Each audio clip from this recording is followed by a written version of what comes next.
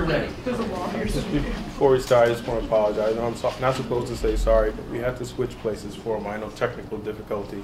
And also, you're dealing with Lincoln and lousy voice. So, please bear with me. All right. So, welcome everyone. Good afternoon. This is Team Think Tank's presentation on Jerry the Bear. Previously, you've heard already stories about children suffering through a chronic illness, such as type 1 diabetes. Today, however, I'm going to share with you a different story, a true story, and a personal story. This is my son Julian and his grandma. Julian does not have diabetes. His grandma, however, does. Julian and his grandma are very close. They often spend the evening watching TV, eating ice cream, and telling jokes. One particular morning, Julian went to see his grandma in her bedroom, as he normally does, and he noticed something was different. She was dazed and she was confused. She didn't know where she was. She didn't even know who he was. Frightened, he came to look for me to see if I could help figure out what was going on. Recognizing that my mom had actually gone into a diabetic shock, I tried to bring her a cup of orange juice to see if that would get her blood sugar levels back up. But she wouldn't take that from me either because she didn't know who I was. Can you imagine your parents not knowing who you are? Not knowing what else to do, I dialed 911, and soon after, paramedics showed up, and they put this paste-like substance on her teeth, which later dissolved and brought her back to her senses. That was a very traumatic experience on my mom, on me, and on my son Julian. You see, diabetes impacts the entire family. Had a product like Jerry the Bear existed, I certainly would have bought it for my son Julian, even though he doesn't have diabetes. You see, at that point, he had become very interested in what had caused his grandma's illness. Jerry the Bear has several features, things like if you squeeze his ear, he'll tell jokes or play games and say songs and things like that. Things that Julian and his grandma do often in the evening.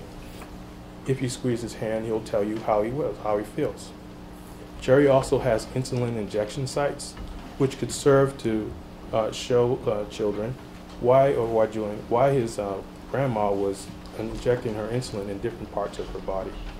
So you see, Jerry the Bear is not just a general educational tool, but it's also an excellent tool for building an empathetic relationship between a child and a diabetic relative.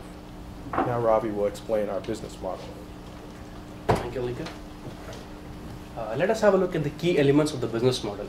Beginning with the revenue sources, we have two key sources of revenue. One, Jerry the Bear, priced at $249, and the other, the upgrades, about $39 each upgrade. What are our competitive advantages? One, having a patent helps us establish ourselves as a pioneer in the market and gain a first mover advantage. And the unique advantage we have is that our product is unique, so we could launch in the market as a differentiated product. Having said this, let's have a look at our market segments. We have categorized the market into three different segments. Segment number one, children having type 1 diabetes. The average spend of a family having a diabetic kid is about $9,000 per year, and there are about 75,000 new cases diagnosed each year. So the number comes up to be about $675 million. This is the potential market size of this segment. As said by Lincoln, we also target the segment of kids who relatives are diabetic, type 1 diabetic specifically. So this market size is not yet established, but we believe that this could be a potential source of revenue. Moving ahead, having launched the success in the diabetic market, we believe that Sproutle could leap forward into the general education market. The potential size in this market is about $7.5 billion. Having had a look at the market size and the core competencies, over to Candice for the marketing channels. So we identified few possible marketing channels. So the first one is the diabetes camp. So children with diabetes, they will go to this kind of camp to get more information about how to manage their illness. So we believe this is a very interesting and valuable channel for us to go into market Jerry the Bear to the children. And as Ravi mentioned before about our market, so we are not going to, we're not only targeting to children with diabetes, but also children who is curious about diabetes. So they can learn more about this different diseases. So we believe that National Association of School Nurses is one of a good source to provide different materials of healthcare education to the children. And besides these two, we're also going to participate in the few seminars, conferences, and expos held by the organizations such as JDRF, ADA, and TCOYD to control your diabetes. So by going to these different marketing channels, we believe that we could market Jerry the Bear better. And for our first year marketing plan, we plan to go into the diabetes camp, especially for the summer one, and then for participate in a few expos. So our marketing budget for the first year is going to be 40% of our first year sales, which is $325,000. So now move on to Keaton's for our competitors. We believe Leapfrog and Learning Source are our competitors. Leapfrog is known for making educational toys in the market, and Learning Source is known for making toys for kids with special needs. But as said earlier by Ravi, that having a unique product in the market and also having a patent technology will give us an edge over these competitors. Over to Sam. We have a very strong management team with expertise from different industries. Lincoln has worked in information technology industry for over 15 years. As an entrepreneur, he was able to bring a 2-man small business to a 15-people business and to a $3.4 million Charles River venture capital investment opportunity. Levita has worked in franchise business, yes, as an operation training manager, where she trained the entire new operation team to comply with the principal company. And Robbie was a software engineer and program manager, where his expertise in the program design and user interface. And Keaton has worked in IT company as a SAP functional consultant. And Candace has previous experience in marketing and customer service. I was worked for financial service industry and CPA firm, expertise in corporate finance and taxation. Let's move to our timeline. We started to work with a factory in China in October 2012, and we are going to have our beta launch in June 2013. Right after, we're going to have our marketing campaign in July and prepare for our full launch in September. By the end of year 2014, we are going to reach out more than 500 pediatricians nationwide. We move to Levita for financial model. So here's our first 5-year projection. During the first year of our operation, we expect to sell 3,500 units of Jerry the Bear. So in order to increase our sales and also to increase our brand awareness, we're going to contribute 40% of our first year sales into our launching marketing campaign, which include flash mob and also participating at CAM, and also advertising through mobile marketing, local TV, radio, and also magazines. In addition to that, we're going to also participate in 12 expos each year and also visit 50 pediatricians every year. We're going to continue to invest in our marketing to also capture new markets, such as market consisting of children with type 1 diabetes relatives. So with that, we believe that we can start receiving profits starting from second year, and we also could reach break-even starting from the third year.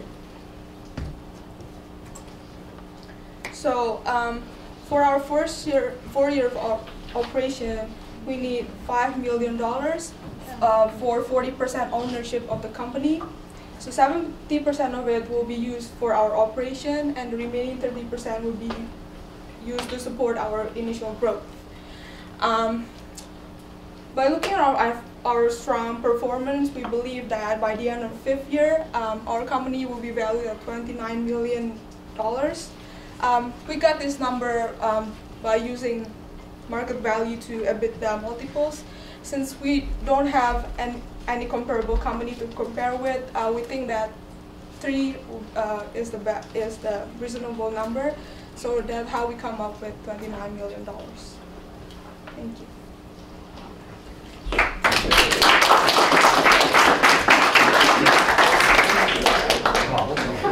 have a quick question about the financial. Why are you increasing the price of Jerry the Bear and the software upgrades every year? Oh, that's inflation. 3%. Yeah. I really appreciate your personal story. Thank you. One question I did have about the diabetic relatives is how do you reach those individuals?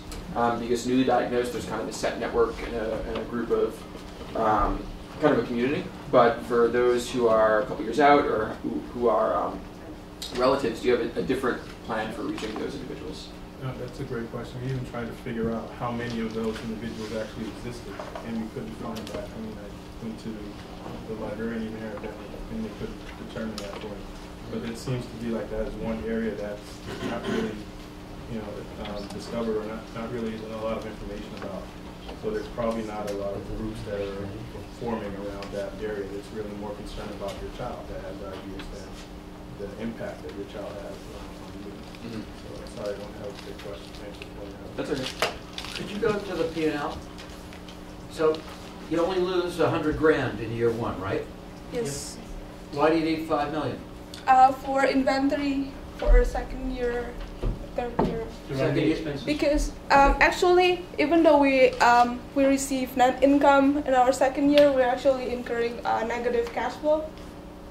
Because? Because we have to we have to buy inventory for the second year. We have to stock up on that. On bears? You're buying bears again? Yes, for our sales expectation for next year. I mean that. Okay, so how many bears are you going to buy? Yeah, wait, hold on. Let's go back. You had the units there. Go back. Go back. Go back slide. So you're going to... It's your COGS for year 2 is 893,000. So we expect to sell, okay, for example, here we expect to sell 18,000 for like third year. Yeah. So we're going to stock up. And the cost of goods is so why is $1.2 million. Sorry? So the cost of goods is $1.2 million. Yeah, but then we have a fixed cost of salary, advertising. But your P&L is positive $1.3 million. But in going forward, we cannot really finance by our own for a second year because our second year cash flow is actually negative, even though we're receiving profit.